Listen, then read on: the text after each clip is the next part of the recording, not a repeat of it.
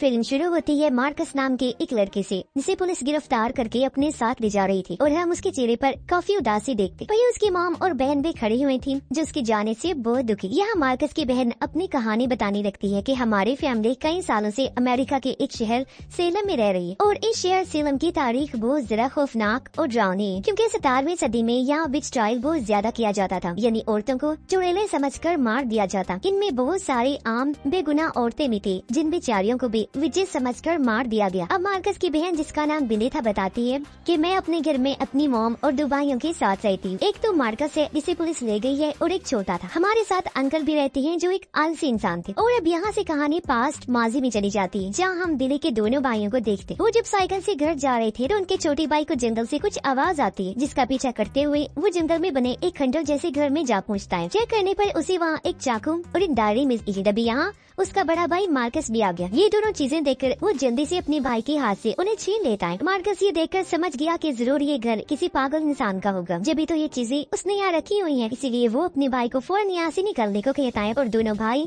घर के लिए निकल जाते हैं। रास्ते में तो लड़की इनकी बहन बिली के बारे में उल्टी सीधी बातें करने लगी, जो सुन मार्कस ने तो नजरअंदाज कर दिया, लेकिन छोटा भाई उनसे झगड़ने लगता है। पर जब वो ज्यादा गलत बातें बिली के बारे में बोलने लगे तो इस बार मार्कस को भी गुस्सा आ गया। वो भी उनसे लड़ने लगता है, जो देखकर उसका छोटा भाई खुश हो गया कि मेरी तरह ये भी बहन से प्यार करता है। ये जब घर पहुंचे तो मार्कस के छोटे भाई को एक बार फिर वो आवाज सुनाई देती है। उसने जब अपना बैग चेक किया तो वही चाकू उसके बैग में पड़ा हुआ था, जो उसे खंडर से मिला था। बच्चा काफी हैरान रह गया, सोचता है आखिर ये चाकू मेरे बैग में कैसे आ गया, जबकि हम तो इसे छोड़ के आए थे। उसके चेहरे पर परेशानी देखकर अंकल पूछते हैं कि तुम्हारे बैग में क्या है, लेकिन बच्चा इनकार करते हुए कहता है कि बैग में कुछ भी नहीं है। घर में बिली जब अपने मॉम के साथ थी तो वो उनसे बहस करती है कि मुझे अपने दोस्त के साथ पार्टी में जाना है, लेकिन उसकी मॉम मना कर देती है कि नहीं, तुम नहीं जा सकती, क्योंकि तुम्हें अपने भाइयों का ख्याल रखना है। दरअसल उसकी मॉम काम पर जाया करती थी और बिली उनकी बड़ी बेटी, लेकिन वो मॉम से बार बार जिद करती है कि मुझे हर हाल में जाना है। तभी घर में मार्कस और उसका छोटा भाई भी आ जाते हैं, जहाँ बिली और मार्कस की आपस में बहस हो जाती है। उनकी मॉम बिली को डांटते हुए कहती है कि खबरदार, अगर तुम घर से बाहर निकली तो। इतना बोलकर वो काम पर चली गई। बिली के भाई को एक बार फिर वही आवाज आती है। हैरत वाली बात कि वो सिर्फ उसे ही सुनाई दे रही। तो परेशान होकर वो अपने कमरे में चला जाता है और उस जंग लगे चाकू को साफ करने लगता है। देखने से लग रहा था जैसे पता नहीं कितने साल पुराना है। चाकू पर लिखा था कि मैं गेम खेलूंगा, और जैसे ही बिली के भाई ने चाकू को हाथ लगाया, उसे माजी की अजीब डरावनी चीजें नजर आने लगती है। हर तरफ औरतों की लाशें और खून। ऐसा लग रहा था जिससे वो 17वीं सदी में पहुंच गया हो। कि वो औरतें भी उसे साफ नजर आने लगी और उन्हें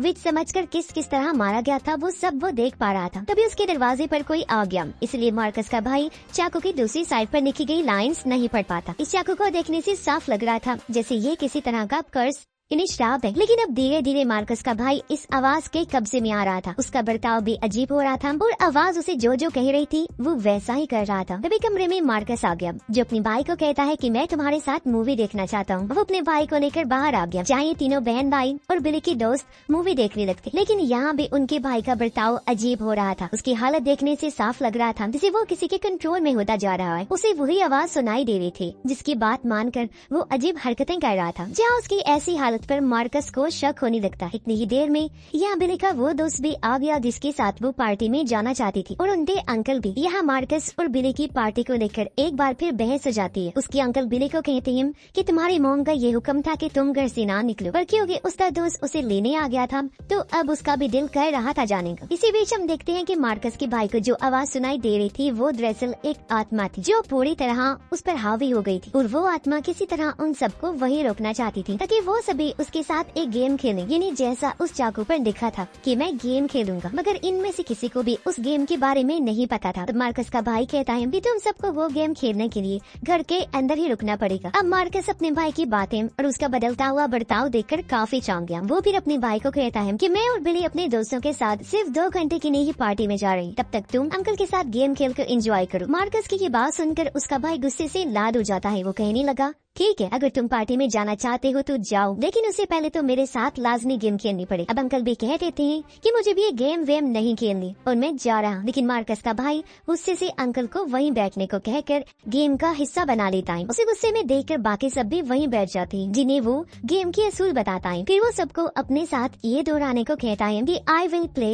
and I will not quit, यानी मैं गेम खेलूंगा और इसे नहीं छोड़ूंगा। जब सबने ये बोला तो मार्कस का भाई अपने बैग से वही चाकू निकालता है है। उसके हाथ में चाकू देकर मार्कस फौरन वो चाकू छीन लेता है क्योंकि उसे कुछ गड़बड़ लग रही। इसके कुछ देर बाद बिली मार्कस को कहती है कि मैं अपने दोनों दोस्तों के साथ पार्टी में जाना तो चाहती हूँ, लेकिन इस छोटे भाई को ऐसी हालत में कैसे छोड़ूं? कुछ घंटों की बात है, लेकिन मुझे इसकी टेंशन लगी रहेगी। इस पर मार्कस कहता है कि तुम बेफिक्र होकर जाओ, मैं हूँ ना यहाँ, इसका ध्यान मैं रख लूंगा। इसलिए बिली अपने दोस्तों के साथ वहाँ से निकल जाती, लेकिन उनके भाई के अंदर की आत्मा बहुत ज्यादा गुस्से में आ जाती है। वो चिल्लाकर मार्कस को कहती है कि इस चाकू पर जो लफ्ज लिखे हुए हैं उसे तुम दोहराओ। और जैसे ही मार्कस उन लफ्जों को पढ़ता है, उसे भी अपने भाई की ही तरह अजीब डरावनी चीजें नजर आने लगती है, जिससे वो इतना ज्यादा घबरा गया कि वहीं बेहोश हो जाता है। होश आने पर मार्कस का छोटा भाई उसके पास आया, जो अब नॉर्मल लग रहा था। वो कहता है कि तुम बेहोश हो गए थे और मैंने अंकल की मदद से तुम्हें बिस्तर पर लेटाया। कुछ देर बाद जब छोटा भाई अपने कमरे में सो रहा था तो तभी वहाँ मार्कस आता है। वो चुपके से उस चाकू को उठाकर वहाँ से जाने लगा। इस आहट से छोटी भाई की आंख खुल गई। वो मार्कस का पीछा करने लगता है ताकि वो देख सके कि आखिर मार्कस क्या करने वाला है। मार्कस ने खुद को एक बाथरूम में बंद कर लिया था और जब वो शीशे के सामने खड़ा हुआ था तो उसे एक लड़के की आत्मा दिखाई देती है, जिसकी माथे पर क्रॉस का निशान बना हुआ था। उसे देखकर मार्कस भी चाकू से अपने माथे पर वैसा ही क्रॉस का निशान बना लेता है। यानी कि जिस आत्मा ने पहले उस छोटे भाई को पोजेस्ट किया हुआ था अपने कंट्रोल में, उसने अब मार्कस को भी अपने वश में कर लिया था। उसके भाई को मार्कस की फिक्र हो रही थी, इसलिए वो उसे दरवाजा खोलने का कहता है। और जब उसने दरवाजा खोला तो वो अपने भाई की ऐसी हालत देखकर बुरी तरह डर गया। वो भागकर अंकल के पास आया और उन्हें सारी बात बता देता है। और जब ये दोनों उसके पास आई तो मार्कस चाकू और रस्सी लिए बाहर चला जाता है। घर के बाहर वाले पेड़ पर मार्कस रस्सी को बांधकर फंदा बना देता है। फिर उसके अंदर की आत्मा अंकल को कहती है कि मैं तुम्हारे साथ हैंगमैन नाम का एक गेम खेलना चाहता हूँ। पर अंकल उसकी बात टालकर उसके करीब जाने लगे ताकि वो देख सके कि आखिर मार्कस को क्या हुआ है कि वो इस तरह बर्ताव कर रहा है। उसके पास आते ही मार्कस के अंदर की आत्मा को गुस्सा आ गया और वो अंकल की गले में रस्सी डालकर उन्हें फंदे पर लटका देता है। फिर रस्सी खींचकर उनकी जान ही ले लेता है। उधर पार्टी में बिली अपनी दोस्त के साथ बातें कर रही थी। कहती है कि मैं अब इस शहर में रहना नहीं चाहती, मैं अपनी दोस्त के साथ जब शादी कर लूंगी तो हम ये शहर छोड़ के चले जाएंगे। तभी बिली की ड्रिंक खत्म हो गई, जो लेने वो अंदर जाती है, पर तभी वो अपनी दोस्त के साथ किसी और लड़की को देख लेती है। वो टूट गई क्योंकि उसे समझ आ गई थी कि ये मुझे धोखा दे रहा है, इसीलिए वो रोते हुए पार्टी छोड़कर घर के लिए निकल जाती है। बाहर बिली की दोस्त जब अकेली थी तो तभी यहाँ मार्कस आ जाता है। कुछ टाइम बाद यहाँ बाकी लोग भी आ, जो मार्कस की ऐसी हालत देखकर घबरा जाते हैं। अब मार्कस उनके एक दोस्त को पकड़कर कब्जे में ले लेता है। उसने लड़की को पकड़कर उसकी गर्दन पर चाकू रख दिया था और वो उन सबको अपने साथ गेम खेलने के लिए कहता है। तब उसकी बात मानकर सब लोग गेम खेलने लगे, जो दरअसल हाइड एंड सीक का गेम था, इनके लुका छुपी। बिली जब घर के लिए जा रही थी उसे रास्ते में अपना छोटा भाई मिलता है, जो बता रहा था कि मार्कस को एक आत्मा ने पोजेस्ट कर लिया है और उसने अंकल को किस तरह लटकाकर मार दिया। लेकिन बिली को उसकी बातों पर यकीन नहीं होता। इतनी ही देर में यहाँ बिली की दोस्त भागती हुई आई और वो घबराई हुई थी। मार्कस के बारे में उसे बताने लगती है। ये सुन बिली समझ गई कि इसका मतलब मेरा छोटा भाई सही कह रहा था। और वो अपने छोटे भाई को कहती है कि हमें किसी भी तरह अपने भाई मार्कस को बचाना होगा। बिली का छोटा भाई उन दोनों को एक तरीका बताता है कि किस तरह हम मार्कस के अंदर की आत्मा को भगा कर उसे आजाद कर सकते हैं। वो उसे खंडर के बारे में बताता है, जहाँ से उसे वो